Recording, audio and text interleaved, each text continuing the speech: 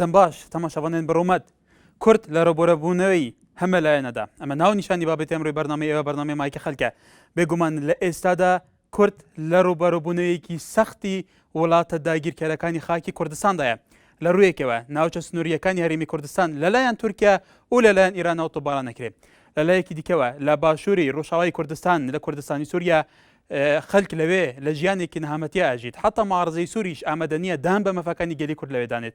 لە کوردستانی باشووریش لە هەرێمی کوردستانیش لە ناوچەدا براوەکان کورد ڕۆبەڕووی سیاسەتێکی تند و تیژیا و ئۆ تەعریبێکی زۆر تەسەناکتر لە جارە نەبێتەوە لەم نێوەندەدا پێویستە کورد وەکو نەتەوە خەوەنچی ئیرادەی بێ پێویستە لایەنە سیاسەکانی کورد بەرپرسەکانی کورد خەوەنچی ئیرادە و چه ستراتیژ و چه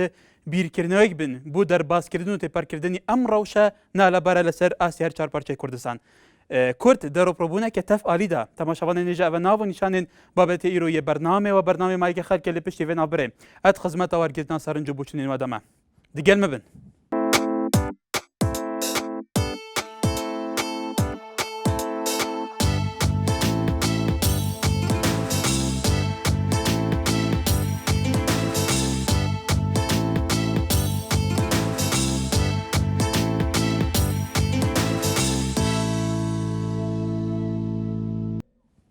دەمباش تەماشاوانێن نێژە کورد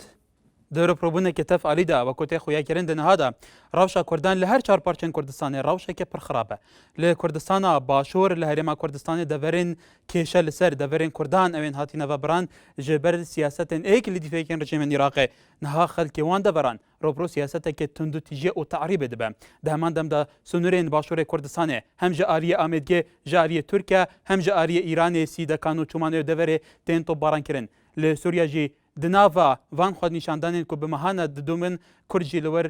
beşê xwe yê tepa serkirinê û tundî jî heye her wiha li wir jî heta nanet opozisyona Sûriya jî hez nakin ha dan bi mafên gelê Kurdanê di vî çarçovî de pêwîst e Kurd xwedî çi gotarek be pêwîst e netewê Kurd em hemû bi tevra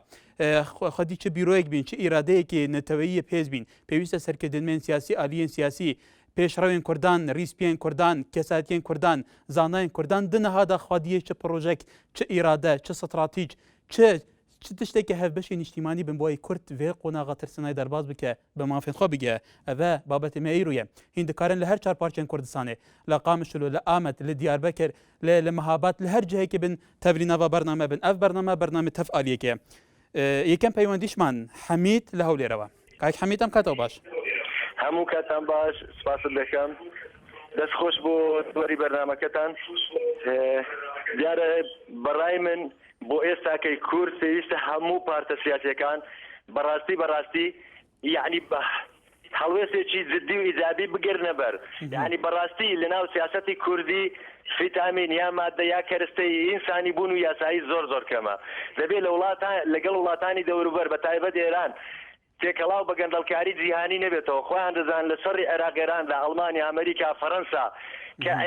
کە کوردستانیشیان تێکەڵاو بە سەری عێراقێران کرد و دواتر چیماباران و ئەنفالی بەدووادا هات سپاس بۆ کۆماری ئیسلامی کە ئێمەی پەنادا بەڵام ئێمەش وەکوان ئازارمان دیوە ئیستا دەکرێت کۆماری ئیسلامی وەکو ڕژێمی پێشوو ئێمە تۆپباران بکە خەڵکمان بکوژرێ شەهید بکرێ دەربەدەر بکرێ بەڕاستی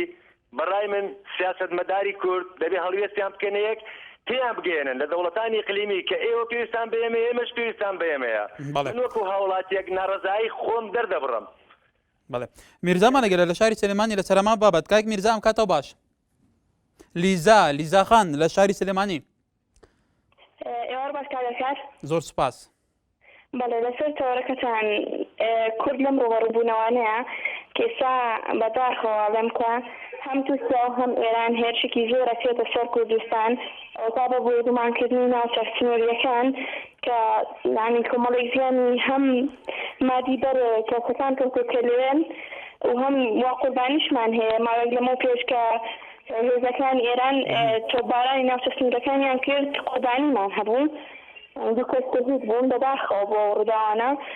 و نازانم تاکو ئێستا بۆچی حکوومەتی کوردی خۆی بێدەن کردووە یعنی بۆچی تاکی ناتوانێت هێزێک بجوڵێنێت تاویکە بەڵێ کایک ئەودێر ئابدێر لە هەڵەبچە کایک ئەودێرم کاتەوە باش کاک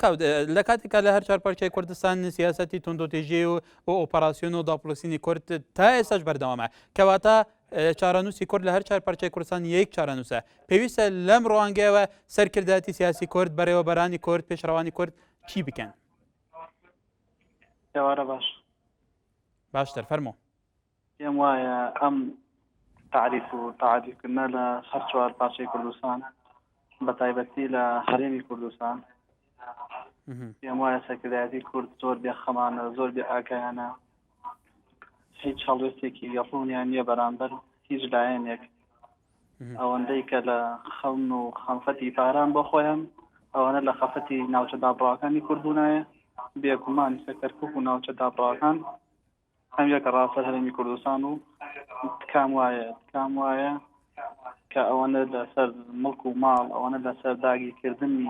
پارە و سەرۆت و سامانی کوردن ئەوانە لە خەمی ناوچە دابڕاکانی هەرێمی کوردستان بن. بەڵێ کوڤان دگەلمێ لە سۆران کای کوڤاندان باش کوڤان ئێوارە باشتر کای کوڤان فەرموو. ئەوە ئێمە یەکێک بن لەو ئاوارانێکە گەڕاینەوە لە قەزای سۆران لەسەر لە لای قەسرێ بووین دوو شەو پێش ئێستا فۆکەکانی تورکیا پەرتوخانەیەکی فەکەکەیان تەخت کردیا بەس کەسی نەبووە ماوەی دیکەش بەهۆی تۆبارانی ئێرانەوە ئامۆزایەکی من شەهید بوو بەس لەو مەسەلەی کە کورد لە ناو خۆیەک نییە سوپاتی چێتیارێکی لەگە دەوڵەتەکی دەستەڵات هەیە لەو لای گۆڕانیش لێیان ئەوە بوویتەوە. بەڵێ ڕەشیدمان لەگەلە لە کەلارەوە کاک ڕەشید ئەم کاتەوە باش نزار کاک نزار لە عەربەتەوە ئێوارەتان باشتر بجا ناوێت. بەڵێ سوپاس بە بەرنامەکەتان. هەڵبەتە کورد بەڕاستی مێژوویەکی ڕەشی هەیە لە نێوان ئەم چوار دراوسەیە کە ئێستا هەمانە. بەڵێ بەڵام بۆ خۆی خۆشمان لەناو خۆمانە وەکو پیاکی ئێرانی زۆر دەمێکە ئەڵێ کوردبوون بۆ خۆی کارەساتە یان هەر کەسێ کورد بێ بۆ خۆی ئەوە کارەساتە ئەمە بۆ چوونی ئەوە بەڵام لەگەڵەوەشە ئێستا سیر کە هێز ئەچێ بۆ ناوچە دابڕێنراوەکانی کوردستانی خۆمان بۆ جەولا و بۆ سەعدێ بۆ ئەمانە بەڵام کۆمەڵێک لە لایەنەکان ڕەنگە تەکەنیان بۆ دۆخە بێت تەکەنیان بۆ حاڵەتە بێت کە ئێستا بەرەوپیری ئەوە چنجانی ئەو هاوڵاتانەمان بپارێزین لەو سنوورانە کەمە بۆ خۆی دەسەخەرێکی باشە بەڵام درەنگیشە بۆ ئەوە کاتێک زۆر زۆر درەنگە. بەڵێ ڕەحمان لە ڕانیە کاک ڕەحمان دەم باش ئەو کاتان باش هەموو کاتێک لە ئێستادا لە ئێستادا پێویستە کورد چ خیتابێکە بێ کورد چ گوتارێکە بێ کورد چ ستراتیژ و نەخشارەگایەکە بێ.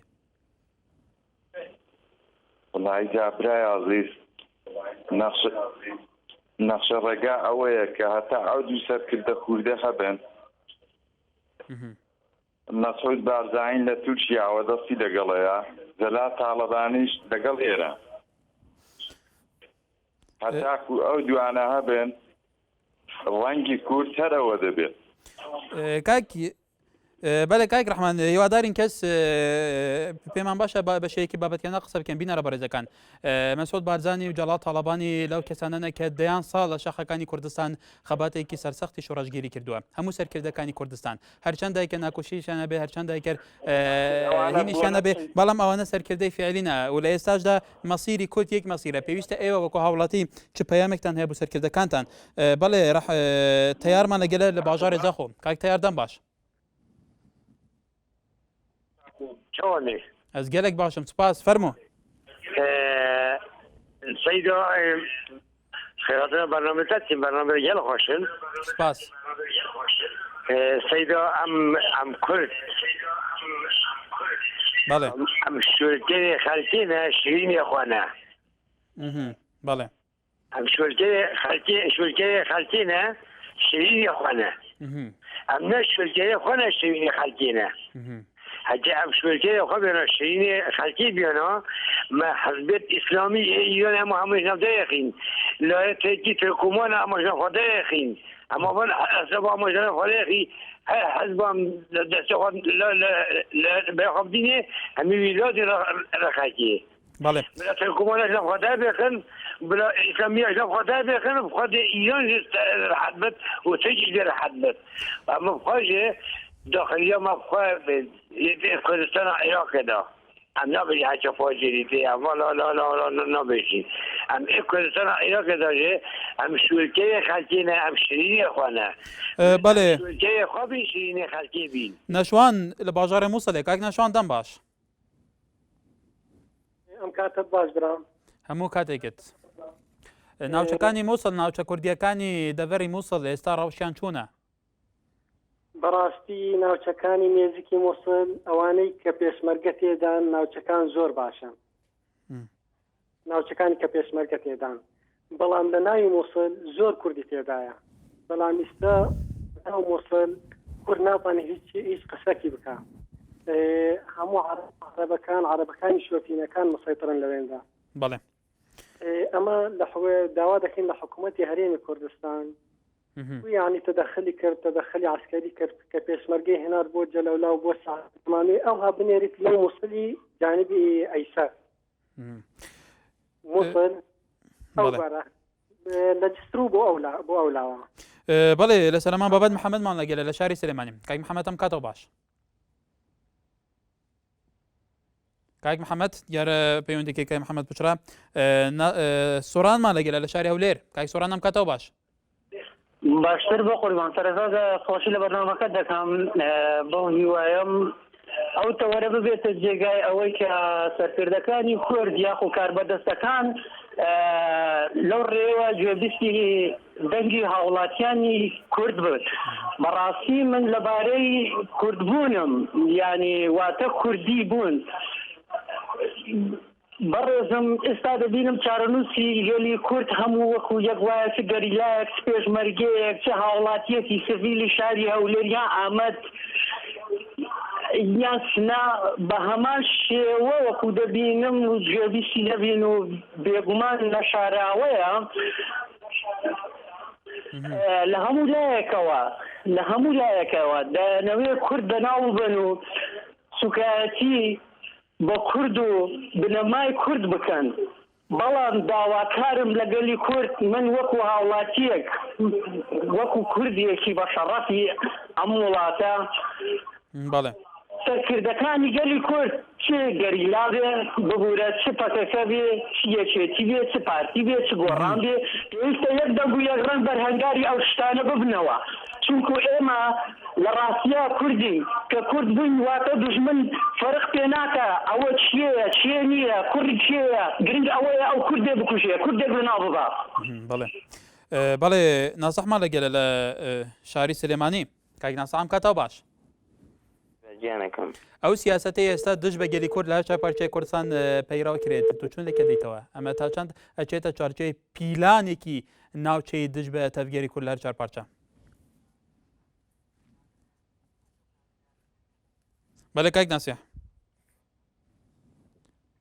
ناسیح بەڵێ لە سەرمان بابەت فەت لە زاخ و دەگەلمە کاک فەت دەم باش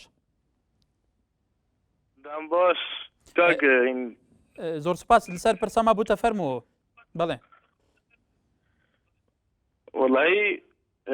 ئەم بەرە خواردنەی تووبڕاندنا بەری دوو شەڤە لە قەزا ئۆمێدیە ڕاستی حکمەتەمەش چنە بەڵێ دیارە تەلەفۆنا کاک فەت قوت بۆ ویدارین پەیوەندی مەڤە بکەتەوە کاک بەختیار لە باژاری سلێمانیە دەم باش کاک بەختیار زۆر سپاس بەڕێزیانم کاتتان باش هەموو کاتێکت فەرموو لەسەر بابەتی ئەمڕۆمان تەوەری بەرنامەکەتان بەنامێ تەوەرکی زۆر جوانە ویستم ئەوەت ئەدەستکەم کە کل لە ڕوبەڕووبوونەوە لە هەمەلایەنەدا یعنی بەڕاستی ئێمە ئەیبینین لە هەر چوارپارچەی کوردستان ئێستا هەم لە ڕۆژهەڵات هەم لە ڕۆژاوا هەم لە باشوور هەم لە باکوور هێرش کراوەتە سەر کورد بەڵێ حقیقەتێکە کابێ قبولیکەن هەمومان بەڵام لێرەیە ئەلمهم ئەوەیە کە کورد هەموو یەک پارچە بێت یەک دەنگ بێت یعنی سەرکەوتنەکە لەم کاتە لەم زروفەیە تا ئێستا هەڵ نەکەوتووە ینی دەرفەتیوە هەڵ نەکەوتووە بۆ کورد ئەبێ یەک پارچە بین بەڵێ بەڵێ شوان لە سیدەکان دەگەلمە کاک شوان دەم باش شوان لە ناوچەی سیدەکان کاک شوان سیروان جوان دەکەم کاک سیروان لە سیدەکانەوە تەلەفۆنەکەی بەڵێ ڕەوشی سیدەکان لە ئێستادا چونە کە وەکو دەوترێتە بە دوو ڕۆژە فڕۆکیەکانی شارکەری تورکیا بە چڕیە و ناوچە تۆبارانەکەن ئێستا ڕەوش لەوێ چوونە ئێستا ڕەوشەکە باشە بەڵام تۆبارنەکان هەر بە ئێستا تۆبارنەکان ڕاوەستاوە بەڕاستی زۆر بەداخەوە ئەنی ئەو پێشەکانەکە دش بە حەشق گەلی کورد دەکرێت چەندەمین جارە بەدش بە گەلی کورد دەکرێت بۆیە لە شاشە جوانەکەی ئەوە داواکارم سەرکەوتەکەی حکوومەتی هەرێمی کوردستان کە بەڕاستی هەڵۆی جزئی بنوێن بەرامبەر ئەو پێشەکانەکە دش بە گەلی کورد دەکرێت حکوومەتی عێراقیش بەڕاستی حکوومەتی عێراقیش تا ئێستا هەڵۆی سجدی نەناوندا حکوومەتی عێراق بە تایبەتی کابینەکەی نوری مالیشی بە کابینیشی زۆر لاوەسە بەڕاستی هیچ هەڵۆیستێکی نێنماندووە بەڵێ لەسەرما بابەت تابانمان لەگەلە لە شاری سلێمانی ئەم کاتەوە باش ئێوارتان باش باشتر بوو جەنابەت زۆر سپاس بۆ تەوەرەکە بەڵێ دیارە من پێم باشە کە وشیارێکی سیاسی بگەڕێتەوە بۆ سەرجەم بزنەوە سیاسیەکان بە تایبەتی لەو شوێنانەی کە تا ئێستاش لەژێر چنگی داگیرکەراندا بۆی بزانین کە وەڵی سیاسی ئێستا لە هەرێمی کوردستانەوە بەچی نازتەوە بکەڕێنەوە بۆ ڕاوێژێک تاوەکو چۆن بکرێت ئەم وەضع سیاسی باشووری کوردستان بپارێزێت تاکو لێرەش دەرگایەکی تێزیاکی ڕۆشتن بەڕووی قەزیێنەتەوەیەکە لە هەموو تەواوی کوردستان گەورەدا بگەڕێتەوە. پۆلا لە چەمچەماڵ دەگەلمەیە کاک پۆلام کاتەوە باش ئەم کاتی جەنابە باش کای پۆلا لەسەر ئێستا ئەو پیلانانەیە کە دژ بە کورد لە هەر چار پارچەی کوردستان بەڕێوەیە لە ئێستادا پێویستە سەرکردایەتی سیاسی کوردستان کە تاڕادەیەکی لە جاران جیاوازترە لەوەی کە پێشڤەچوونی ئیرادی سیاسی پێشڤەچوونی بیرکردنەوەی سیاسی پێشڤەچوونی ئیرادی نەتەوەی کورد لە هەر چار پارچەی کوردستان گەشەیەکی زۆر کردووە پێویستە لە ئێستادا چی بکرێت پێشەکی دەستخۆشی بەرنامەکە لێکەم زۆر سپاس بەڕای من سەرکردە سیاسەکانی کورد هەمویان چ ئەوانەی ئۆپۆسیزیۆن چ کاربەدەستانی حکوومەت لەم کاتەدا هەمویان یەک دەست بن بۆ بەرگریکردن لە کورد چاوەڕێی حکوومەتی عێراقی نەکەن کێشەکانیان بۆ حەلکە بەڵێ ئارام لە قەڵاتدزێ لەگەلمانە کاکی ئارام ئەم کاتەوە باش کاکێوارت باش لە ئێستادا بێجگە لە پارچەکانی تری کوردستانی باشوور هەرێمی کوردستان کە هەرێمێکی فیدرالە لە چارچۆی دەستوری عێراق وەکو هەرێمێکی فیدرال ناسراوە ناوچە کێشە لەسەرەکان کە کورد کە ناوچەی بەپێی بەڵگەنامە مێژوویەکە ناچانە ناوچی کوردن بە تایبەتی کەرکک لە ئێستادا لەو ناوچانە زۆرداریەکی زۆر بەرامبەر کورد دەکرێت ئایا لەم حکوومەتی ئێستا عێراق پێویستە کورد چه هەڵویستێکە بێ چه گەرانتیەکەم حکوومەتەیە بە کورد لە کاتێکە کە هێشتا خۆی لەسەر پێخۆی نەگرتووە بە شێوەیەکی ترسناکتر تعریف دژ بە کورد پەیڕەوەکرێ بەڵێ کاکەڕام بەڵێ کاکە لە خزمەتم بەڵێ فەرموو ڕاستە ئەمە بە درێژایی مێژوو ئەگەر بگەڕین هەنگە کەمێک بگەڕینەوە بۆ مێژوو ئەو هەرێمی کوردستان کە کاتی خۆی ویلایەتی مووسڵ بووە وای دەنجی جیهانی یەکەم بە زۆری زۆردا بەبێ ئەوەی هیچ پرسێک بە دانیشتوانی خەڵکی ئەو ناوچە بکرێت لە بەرژەوەندی هاوپەیمانان خرایە سەر عێراق بە زۆری زۆردار ئەو بابەتەی کە ئێستا بەسراوەتەوە بە مادەی 140ەوە بە این مێژووی بە بەڵگەی مێژووی و جوگرافی خاچ کوردستانە بەڵام دوای 2003 کە هەرێمی کوردستان نیمچە سەربەخۆیەکی هەبوو وەکو دەستور لە دەستوری عێراقدا هەیە مادەی 140 من زۆر جار ڕخنە لەوە دەگرم کە دەڵێن ناوچە جێناکۆکەکان فعلەن جێناکۆک نە ناوچەی دابڕاوە بە زۆری زۆردار لە خاچ کوردستانیان دابڕاوە دابڕێنراوە ئیتر هەر مادەیەکیش لە دەستوردا هات بێ دەبێت جێبەجێ بکرێ ناکرێ مادەیە کە لە بەرژەوەندی عەرەب بێ یا لە بەرژەوەندی بەغدا بێ جێبەجێ بکرێ بەڵام مادەکانی کە ئیهمال بکرێ بەڕوون و ئاشکرای لە دیباجەی دەستوری عێراقدا هاتووە یەک پارچەی خاچی عێراق بەندە بە جێبەجێکردنی دەستورەوە ناکرێ یعنی مادەکانی کە جێبەجێ بکرێ بەڵام مادەی 140 ئیهمال بکرێ لە کاتێکدا کە هەموو ئەو دانیشتوانەی لەو ناوچانە دانیشتوون هەمویان بە ئەمەلەوە بە ئومێدەوە چاوەڕوانی ئەوە دەکەن کە ئەو مادەیە جێبەجێ بکرێت لەگەڵ ئەوەشدا کە غەدریان لێ دەکرێت ئیهانە دەکرێن تیرۆریست ڕۆژانە ژمیان دەکەنە سەر تەنها و تەنها تاوانی ئەوانەش ئەوەیە کە کوردن بەڵێ کاک سەرخێلمان لەگەلە لە شاری سلێمانیام کاتەوە باش المەرحەبا کاتتان باش سەرچاوم فەرموو لەسەر بابەتەکە وەڵاهی مانگی هەنگوینیە بۆ شۆڤێنی و شەوافەکان باسێ شەوافەکانی مووسڵ ئیدارەی کورد ئەگەر هات و واز بێنن لە مادە و واز بێنێ لە ئەوەی کە مەسئول دەوڵەمەند بێ بگەڕێتەوە ناو میلەت بڕوا بکە میلەت بە قۆچەقانی و بەرد و دار و بەرد بێ باسیەکان دەرەکە لە سعدێ و جەلەولا و مەندەری بەڵام با حکومەتی هەرمی کوردستان ژیریە بکە ژیریەک چۆن سەدام حسێنی تاوانبار ئەو ژیریەی کرد عەرەبی هاوردەی هێنا پارچەزەوی تێبەخشین بە حەلاش بە بەلاش لەگەڵ مەوادی ئیشایی پێدان بە بەلاش بۆی مناتقی سوکنا بۆ خۆیان دروستکەن ئەوە حکومەتی کوردیش قەیچەکە بۆ بە ئاوارەکانی خانەقین و سعدێ و جەلەولا دنیا قەتع ئارازەی دابشکە لەگەڵ مەوادی ئیشایی قوتابخان بکاتەوە لەگەڵ مزگەوت بڵێ وەرن ئەمە ئەرزی خۆتانە نەک بەناو تۆ داینیشەنە جێنیشتە جێبوونی بۆ دابینکە خۆی ناڕایتر بەڵام چەکشی بەرێ بزانە چۆن دفاع لە خۆیەکە بێ ئەوەی پێشمەرگەش تەداخولکە من یەکێکم لەو گەنجانە ئەگەر حکومەتی هەرمی کوردستان ژانی من دابیکە لە سعدێ و جەلەولا قەتع عەرزم باتە لەگەڵ چەک بڵێ وەرە دانیشە خۆت و ژنەکەت و ماڵ و مناڵت ئیتر پێویست ناکە بە من بڵێ دفاع بکە ئەگەر عەرەبێک هەڕەشم لە بکە من خۆم دفاع لە خۆمەکەم بڕوا بکە بە ئەم هەموو گەنجانە جێنیشتە جێبوونیان بۆ دابین کرێ دەوێ دڵنیا دەکەم حکومەت هەم دەنگی پێدرێ و هەم دیفاعشی دەکرێت بەڵێ کەواتە ئیرادەی نەتەوەیی هێشتا زۆر بێزە ئەو دەنگوانەیە کە باس لەوایکەن ئیرادەی نەتەوەیی بە تایبەتی لە لای گەنجی کورد لاواز بووتەوە وەکو کایک سەرخێ لە سلێمانی شارە چەند برادەرێکی دیکەش کەواتە ئیرادەی نەتەوەیی لە لای گەنجەکانی کورد هێشتا بەهێزە. دڵخواز دگەلمەیە لە ئامێدیە کایک دڵخواز دەم باش دڵخواز کای دڵخواز کاک ئەحمەد لە جەلەولا دەگەلمەیە باشی برای زۆر سوپاس کاک ئەحمەد لە جەلەولا ئێستا ڕەوشی جەلەولا لە چه ئاستێکدا بە تایبەتی ڕەوشی ئەمنی بڵێ والله براکە من حەز دەکەم یە قسەیەکتان بۆ بکەم ئەگە مەجالم بدەنێ چکە من تا کورد متمانیمە پەیوەندیتان پێوە بکەم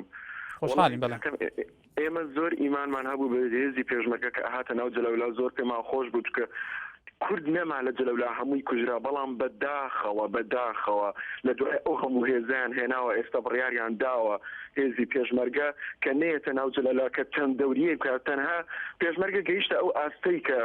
هێزی پێشمەرگە کە هێزی عراقی پێی بڵێ تەنها سەعاتێک بۆ داخلی ناو جەلەولابی ئەجا ئێمە نامانێ بەڕاستی ئێمە چەند ماڵێکی کوردین بڕیارمان داوە وەریشن تەسویرمان بکەن پەیوەندیمان پێوە بکەن ئێمە بڕیارمان داوە لە ئەنتیخاباتیش نەدەنگ بە کورد دەدەین نەخۆمانیش بە کورد حسابەکەین چۆن هەموو عەرەبەکانی جەلەولا خۆیان بە کاک ئەحمەد لە جەلەولا لەلایەن هێزانیەکانی عێراقەوە لەلایەن سوپای عێراقەوە ئەوان تا چەند لە ئاستی بەرپرسیارەتی پاراستنی گیانی ئێوەدەن لە ناوچانە براکەم بەرپرسیارەتی چی ئەوانە حیمایی ئێمە ناکەن ئەوان ئێمە ئەکوژن بە دەلیلەوە پێتەڵێم ضابطیان هەیە بەڕۆژ پارێزگارێتی ئەکە ئەسوڕێتەوە بە شەو دێ کوردە کوژێ ئەوان لە ئێمەش ناترسن ئەوان ئەڵێن بەڵێ ئێمەی لێتان ئەکوژین ئیتر پێتەڵم قیادەی کوردی چی کردووە بەرامبەر کورد چۆن کوردە پارێزێ بەڕاستی ئێمە گەیشتنێتە هاتنی هێزی پێشمەرگە بۆ خانەقین باو ناوچانە تا چەند توانی یانە ڕەوشی هێور بکەینەوە بە تایبەتی و پاراستنی گیانی کوردەکان واللهی پێت بەڵام خراپتر بووە چکە لەبەرەوەی هێزی پێشمەرگە ناتوێتە ناو جەلەولا و ئەوان هیچ حسابێک بۆ هێزی پێشمەرگە ناکەن و لەو ڕۆژەشەوە تەعەدا زیاتر بووە بە دەلیلەوە پێتەڵێم دراوسەکەی ماڵی ئێمە دوێنێ شەو هاتنە سەریان لێیانیاندا پیاوەکەیان بردووە تا ئێستاش دیار نییە ئەوە پێتەڵێم بە جەیشی عراقی و بە هەمەڕی جێشی عراقی هاتوونە بەڵێ بەدەخۆ بۆ ڕەوشە عوسمان مالێگەلە لە شاری سلێمانی کاک عوسمان ئەم کاتەوە باش ئەم کاتەوە باش بەڕێزم کاک عوسمان کە جێ لە قسەکانی کاک ئەحمەد بێ لە جەلەولا تێبینیەکانت چییە تعلیقت چییە لەسەر قسەکانی بەڵێ وەڵی وەکو ڕاستی خۆ ئێمە ئەزانین دەوڵەتە داگیرکەرەکانی کوردستان هەمیشە یەک خەباتیان یەک شێواز خەباتیان دژی کورد پەیڕەو کردووە ئەویش دژایەتی کوردیان کردووە هەش کاتێ لاواز بووبوون بەلای کوردە دانشکاندوتەوە هەش کاتێکیش بەهێز بووبن وەکو ئێستا حکوومەتی عێراقی حکوومەتەکەی مالکی کە چەند تیارێکی کڕیوە هێزی پێکەوە ناوە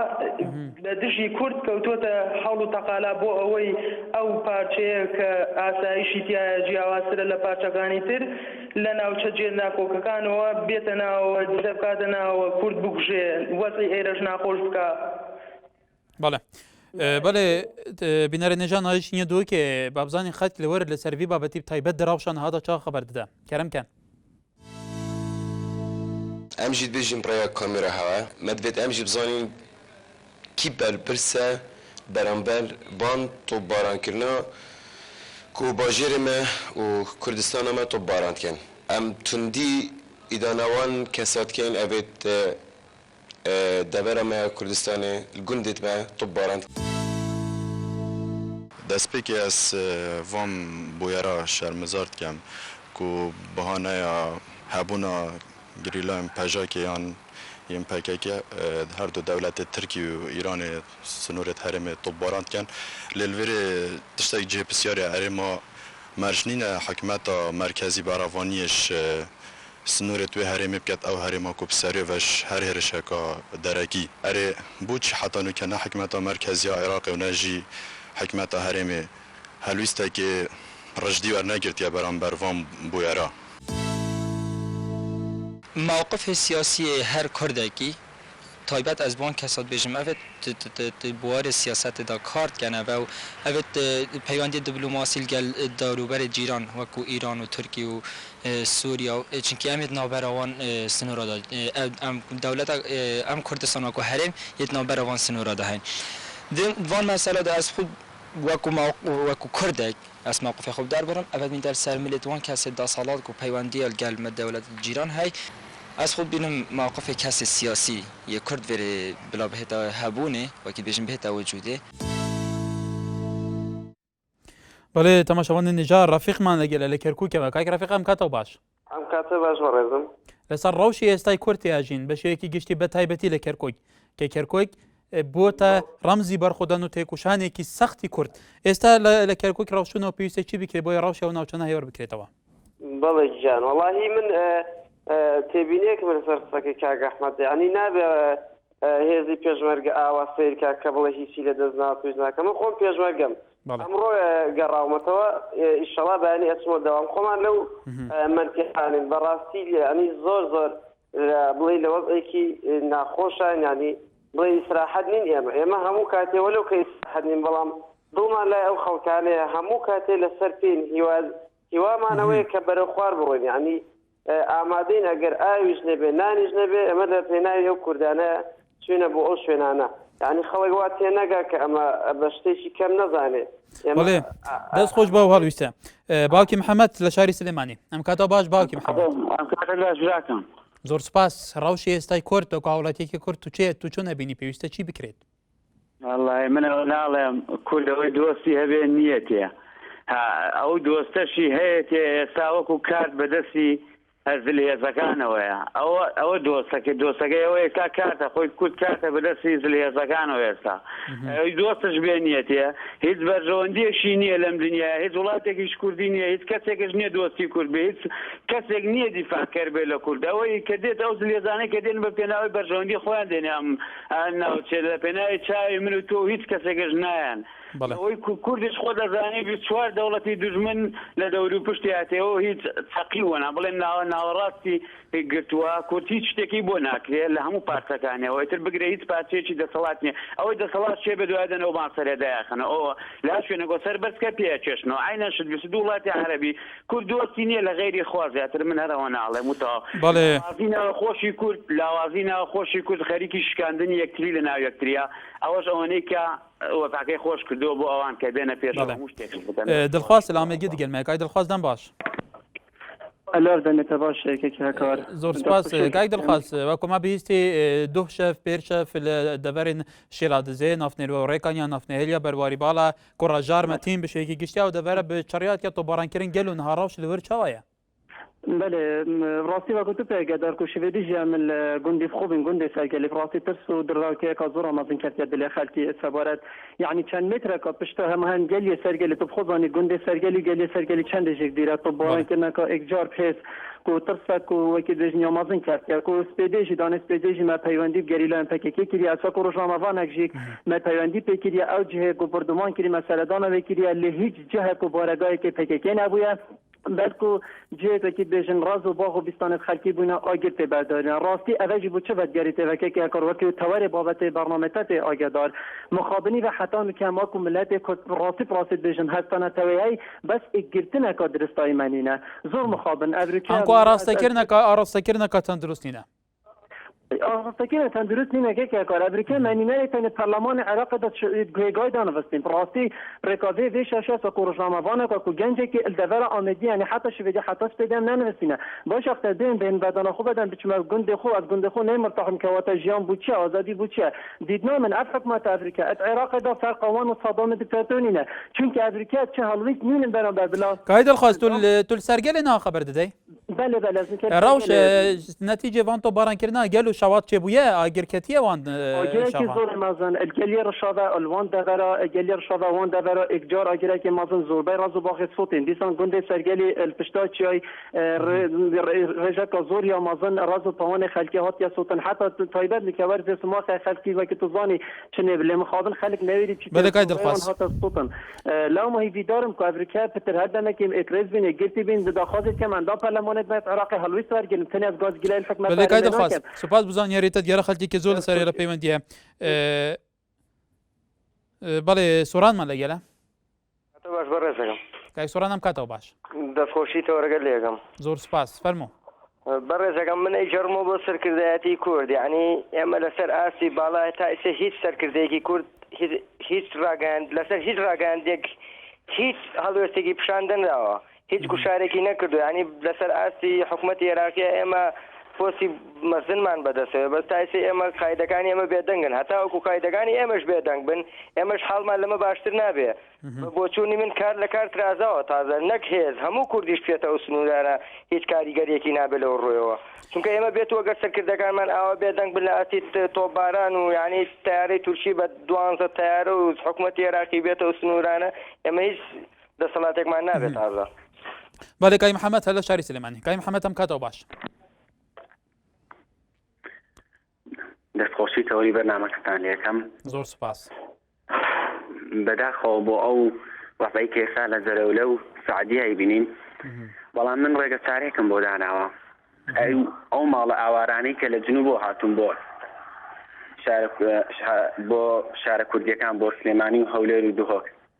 حقاوانە دەستکەن هەر لە هەرێمی کوردستانەی هێڵن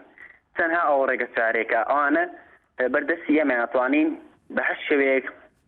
سوکایەتیان پێ بکەین پێیان بکەین ئەو ڕێگە چارەکەیە هیچی تر نەماوە ئەوەنەیان سوکایەتی پێکردین عەرەب جێگای قبوڵکردن نییە عەیبە ئێمەوە نەترسنەوە بین هیچ هەڵوەستێکمانە بێ ئیتر زۆر سپاس بەڵێ کایک دیدار لە شاری هەولێرەوە کای دیدار ئەم کەتەوە باش ئێوارە باش کای دیدار پێویستە لە ئێستادا کە زۆر هۆکاری زۆر کاریگەر کە کورد نەگەیشتن مافە نەتەوەی نیشتیمانیەکە خۆی کە تەنیا گەلە لە سەرتاسەری جیهان 40 ملیۆن کەس نەگەیشتە مافەنەتەوەیەکانی خۆی هوکاری داخلی بووە هوکاری ناوخۆی بووە ئێستا باسەوای گەلێک ترازان هەیە پێویستە سەرکردەکان چی بکەن بەڵێ بەڕاستی من دەیگەڕێنەوە بۆ ساڵی 2023 بەڵێ ئەوان هەمە ساڵی 2023ەوە شەڕەپەڕۆکیان کردو بەڕاستی ئێستاش برۆ لە ناوچە کوردیەکان لە ناوچە عەرەبیەکان ڕاخنی خراو هەیە کۆڤیدە هەیە یعنی ئەوان لە بیری وەیدا نەبوونەکە کورد ڕزگاری بێ مهنێتیەی يعني أنا داني بصاروجي جيشان برتاولاي أنا أو علناني بالشري وبابلين بجيش. بله. خالد لهيران ولا جرمانة؟ كاي خالد أم كاتو باش؟ أم كاتو باش باشم. زور سپاس. هذا خوشي برنامج كله كم باشم. زور سپاس كاي خالد فرمو. لا خوش راني. شباب بو تو براين أتصل كانوا أو هرشة قرش لا لكرداني مش لا حد لو أنا كان. بله. أو ما بيكوتوا وركضنا ما إن شاء الله زام صفر شيء كان متوي قلت كان يعني بو بارت كليني كردستان بين رش من بقناعاتي خماي قلت إنك حكومة العراق يعني كابنين ولمالكي لقال كابدستاني إيران وتركيا ركضني شو واحد يعني حملة خواري عراق لبغداد وانا هرشة لكل بكجرو هميش ناتشن كان تو براين ناتشن يعني بو يستاهل كل هالمدة شو هذا يعني دنقول وهي كاد سبقوبون دولت راب زبر كاريجري رداوكاي روجهاتنا وراس اماش كاريجري زول سل داجي كراني كردستان كذو ام كشان همو بعود قرتو يعني سان تركيا وإيران لقيران دانا يعني لەوە ئەترسێن کە وەکو سووریا و لیبیان لێبیانی بەڵێ کاک سۆران لە شاری سلێمانی کاک سۆران ئەم کاتە باش لە کاتێکە کە ئێستا تەفگەری نەتەوەی کورد تەفگەرێکە لەسەر پێیە لە کوردستانی باکوور تەفگەرێکی زۆر بەهێزە لە کوردستانی ڕۆژهەوا زۆر بەهێزە لە کوردستانی ڕۆژهەڵات زۆر بەهێزە لە باشووری کوردستانیش زۆر بەهێزە کەواتە نەتەوەی کورد لەسەر پێیە لە قادەکانە بەڵام ئاراستەکردنی ئەم گەلە بە چ شێوەیەک ئەبێ کە بواوی لە چارچێ ئەو گۆڕانکاریانە لە ناوچەکەاتوە وەکو کاکی خەریت لە ئیرانەوە ئیشارەتی پێدەکە و هێزانە هەمویان لە قەیراندا نە وڵاتە داگیرکەرانی کوردستان پێویستە کورد لە ئێستا چ ئەڵتەرناتیڤێکی هەبێ ئێوارە باسی دەگیان زۆر سوپاس بەڵێ بەڵێ بەنسبەت ئەم چوار پێ ڕۆژە بە خەستی تورکیا کە هێرش و لەشکێکێشی بۆ کوردستان نێرێ من طبعا ئەمە بە ینی سەبەبی حکوومەتی هەرێمەگرم عنی طبعا دەستێک گەیە لە پشتەوە گێنە چۆن نەتوانێ ئەو لەشکێکێشیە بێنێرێ بۆ خاکی هەرێمی کوردستان طبعا ئەگەر دەستێکی لە پشت نەبێ و ئەگەر لە ژێرەوە سیاسەتێک نەبێ ئەمان بڵێن بە نسبەت تورکیا و ئێرانەوە ناتوانن دەستێک وا درێژکە بۆ سەر سنووری هەرێمی کوردستان بەڵێ کاوامان لەگەل لە هەولێرەوە کای کاوام کاتەوە باش ئەم کاتە باش بەرزم لەسەر ڕاوشی ئێستا کە زۆر چاودێرەوە پێشبینەکەن کە تاکەشێن لە دنیاە بۆتە شوێنێکی ئازاد بۆ بەڕێوەچوونی ئۆپەراسیۆنەکان بە شێوەیەکی گشتی هەرێمی کوردستانە بۆ ئەمە هەیە بۆ حکوومەتی عێراق کە سەروەری خاکی عێراق بە هەرێمی کوردستانیشەوە لە ئەستوودایە هەڵویستێکی جددی و کاریگەر نییە بۆی ئەم تووبارانە بوەستێ بوو نییە قوربان سەرەتا دەستخۆشی و بەرنامەتان لێ دەکەم سوپاس بەڕای من ئێمە وەک کورد لە عێراق دۆڕانمان چۆن دۆڕانمان ئەمریکا کڵاوێکی زۆر گەورەی لەسەری کوردنا ئەو ڕۆکە ئەرتەشی ئەمریکا سیاسەتەکانی ئەمریکا ساسی ئیسلامی نەرم لە ڕۆژهەڵاتی ناوەڕاست دەچێتە پێشێ ساپۆرتی ئێران دەکات پشگیری ڕستنی ئێران دەکات لەلایەک تورکیا هەان دەدا کە هێرش بکاتە سەر هەرێمی کوردستان بە بەهانەی گریلاکانی پەکەکە و پەژاک مەجیدمان لەگەڵ لەو ناوەدا ئامانج یەک دقا ئامانج هەڵنەقڵانی ئیرادەی نەتەوەی میلەتی کوردە لەو ناوەدا دایان هەیە کورد بۆ قۆناغێکی 400 ساڵی ترسکەنەوە قوربانی بەڵێ بینەرە بەرزەکان ئێستا شەچینە شاری سلێمانی بزانین خەڵک لەسەر ئەم بابەتە چاڵێ کورد تەنیا بە ئازایەتی ماوەتەوە لە سیاسەتەکە تا ڕادەیەک دڵنەرم و شتیکە ناڵێن دڵنەرم و خۆشباوەڕین وئیلا ئێمە چواردەورمان داگیرکەرە داگیرکەریش خۆتان ئەیزانن زۆر بێبەزەیە زۆر بێڕەحمە بەڵام ئێمەی کورد بەهۆی بڕوا بەخۆبوونمان بە خۆمان بە هەموو زەردەخەنەیەکی ئەوان بڕواکەین بەعلەسەب سیاسەتکارەکانیشمان هەر لەو ئاسان ئەبوایە وا نەبوونایە مستەلەح هەیە میشە پێوتێ خستنەوەی ماڵ و کوریا خولیەکەڵێسی لە بەرامبەر دەستدرێژەکانی دەرەوەیە ئێمە لە ماوەی 20 ساڵی ڕابردووانە ماتوانێت مەسەلەحەتە لە بواری پراکتیکی جێبەجێ بکەنەوە لە ئێساشا کە کول لە هەر چاپارچی کوردستانە لەلایەکەوە بە شەڕ لەلایەکەوە بە شۆڕش لەلایەکەوە بە زوڵمی داگیرکەران بەرەنگارە بێتەوە ئەمە ماناوێکی تر ئەبێ لە ئێسەوە سەرکردایەتی سیاسی کوریا خود ئەوەی حیزبی نەتەوەی کوردی کە لە هەر چاپاژی کوردستان میلۆ بکەنەوە کە ئیتر لەژێر سایه چترێکا کۆ ببنەوە بۆی کە بەرەنگاری ئەم گۆڕانکاریانە ببنەوە کە ڕۆژهەڵاتی ناوەڕاستی بە عام کردێتەوە کورد بەشێکی سەرەکی لەم گۆڕانکاریانە بەڵام بەداخەوەی کە منەی بینم هەتا ئێستا کە پێوترێ یاخستنەوەی ماڵی کورد ئەم مەفهومە لەوانەیە هەڵە بەکارێنە بە یاخود هەر لایەک بۆ بەڕژەندی تایبەتی خۆی بەکارێنێ قیادی سیاسی کورد لە دێر زەمانەوە هەموو وەختێک گەشتوتە ئەوەی ئەمیلەتە بگاتە مەرحەلەیەک بگاتە سربەخۆیەک دائیمەن دوژمانە هەوڵیان داوە کە ئەم دەست بخەنە ئەم بینەوە و ئەو ئەزمونە تێک بدەن بەڕاستی بەڵام بەداخەوە هەر لە زمانی دروستبوونی کوردەوە لە شەستەکان و زمانی ساچمەزەوە تا ئێستا کورد تا ئێستا ئەو دەرسە گەورەی وەرنەگرت تا ئێستا ماڵی کورد ڕێک نەخرا تا ئێستا ئاشتەوایی لە کوردستانە بە تەواتی سەری هەڵنەدا ئەمە بەڕاستی جێگەی نیگەرانی هەموو تاچیشی کووردە ئەگەر بێت هەستی پێ بکە. بەڵێ ڕێکخستنی ناوماڵی کورد یەکێکە لە پرچەکان کە هەموو کوردێک ئەواتە خازمە بێتە دی تا ئێستا بوو ئەو ڕێکخستنەی ناوماڵی کورد نەبووە بینەران بوو نەبووە لە سەرم بابەتە نەبەس لە گەلمانە لە شاری سلێمانی کاک نەبەس ئەم کاتەوە باش ئێوارە باش بە قوربان زۆر سپاسەکەم بۆم تەوەرە جوانە بەڵێ فەرموو تکاولی یەکەم با قسەکانم تەواو بکەم بەس بە کورتی لەبەرەوە خەڵکێکی زۆر لە سەرێری پەیوەندیە بەڵێ جانەکەم بەڕاستی کەسەکەم ئەمە دەستێکی حکوومەتی ناوخۆشی لە پشتەوەیە ئەمجا دووەمینیشی ئەگەڕێتەوە بۆ گەندەڵی بەرپرسیارەکانی خۆمان کە لە هەرێمی کوردستان چونکە لە بیدایەت کە تۆبارانی سنوورەکان کرا ئەگەر حکوومەتی هەرێمی کوردستان هەڵوێستێکی هەبوایە ئەگەر تورکیاش بەنیازی ئەوە بواە شتێکی وابکە بە خۆیان ئەسوێەوە بەڵام ئەمان بە پێچەوانەوە ئەوان تۆبارانیانە کردین بە سەدەها کۆمپانیای ئێران لە ناو شاری سلێمانیا مستەفیدە بانزین و نەوت و هەموو شتێک لە ئێمەوە سودمەندن بۆیان نەچێت طبعا تورکیاش ئەمەی بە هەلزانی حکوومەتی ناوەڕاستیش ئەمەی هەر بە هەلزانی یعنی بۆ زعیفکردنی ئیدارەی کوردی بەڵام بەداخەوە ئیدارەی کوردیش لەبەر ململامی پایە و تەلار و پارە و جیرفان ئاگایە لە وەسعی کورد بە هیچ شێوەیە نەماوە. بەڵێ کاروان لەگەڵمانە لە شاری دهۆی کای کارواندان باش. سەرچاوبەر دەستخۆشی تەوەری دەستیان ڕاستی بەرنامجێکی جێ خۆدای بڕکەن زۆر سپاس. ڕاستی حکوومەت هەرێمە کوردستانی چەلویستێک نینە نە سەرۆکەتی هەرێمێ نە حکوومەتێ نە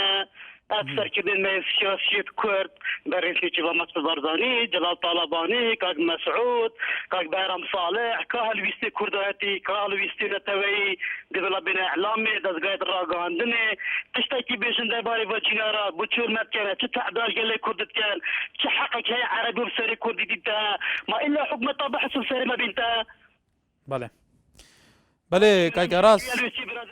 سليماني والله اكم شكاتي بعربانه كاين حاجه اهانه بعربانه كاين صار اخا خو دار نيخي دي حال ما هذا بيتن خدي ام كرد شوينا بغداد بيش لعبه حبليرو زورا 3000 نفر ام هر 3000 نفر قطاخر بدستي عربه عرب هذا فيري بيش لعبه مدانا نسسري خو سر تشابت خو اوتيل بيش ما بود قلت مرس لنا افريقيا دول مكان عرب دي بيستي مدان افريقيا ديور رجع 2003 هجمة 2003 مسؤول حجرتم أنا أفريقيا بسرعة مناطق بس دائما عقلي كرمان شل دمائي كتتطاش. بله كايك أراس اللي كيف ريد قلمي كايك أراس هم كتب باش. يا باش. كايك أراس تصور أو شيء سهل لكردستان تبوشاي جرين توا. بەڵێ دەربارەی تۆبارانەکانی ناوچە سنوورەکان بەداخەوە حکوومەتی هەرێم خۆی کەم تەرخەمە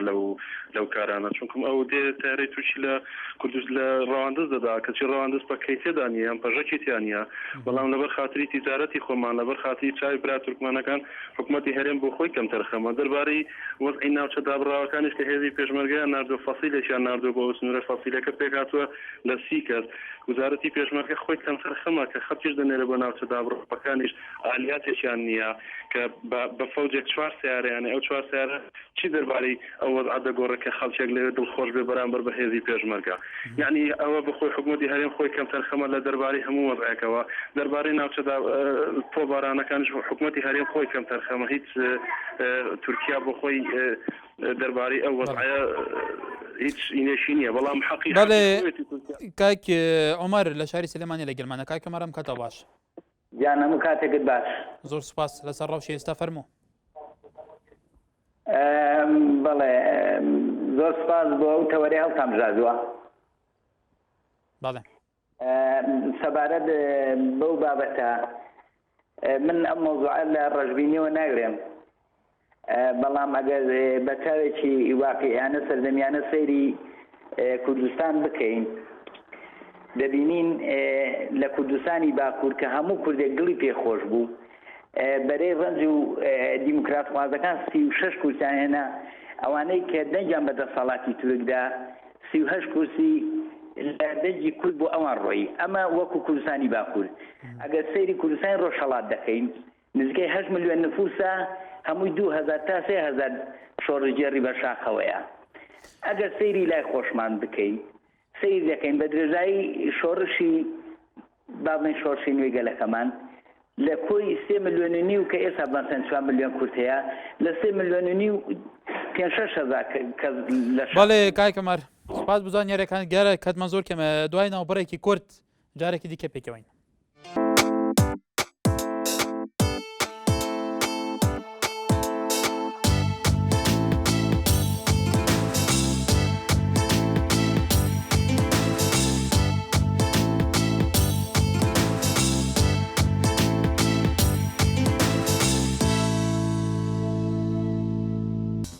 دوا پەیوەندیمان هۆنیە لە شاری سلێمانی ئەم کاتەوە باش.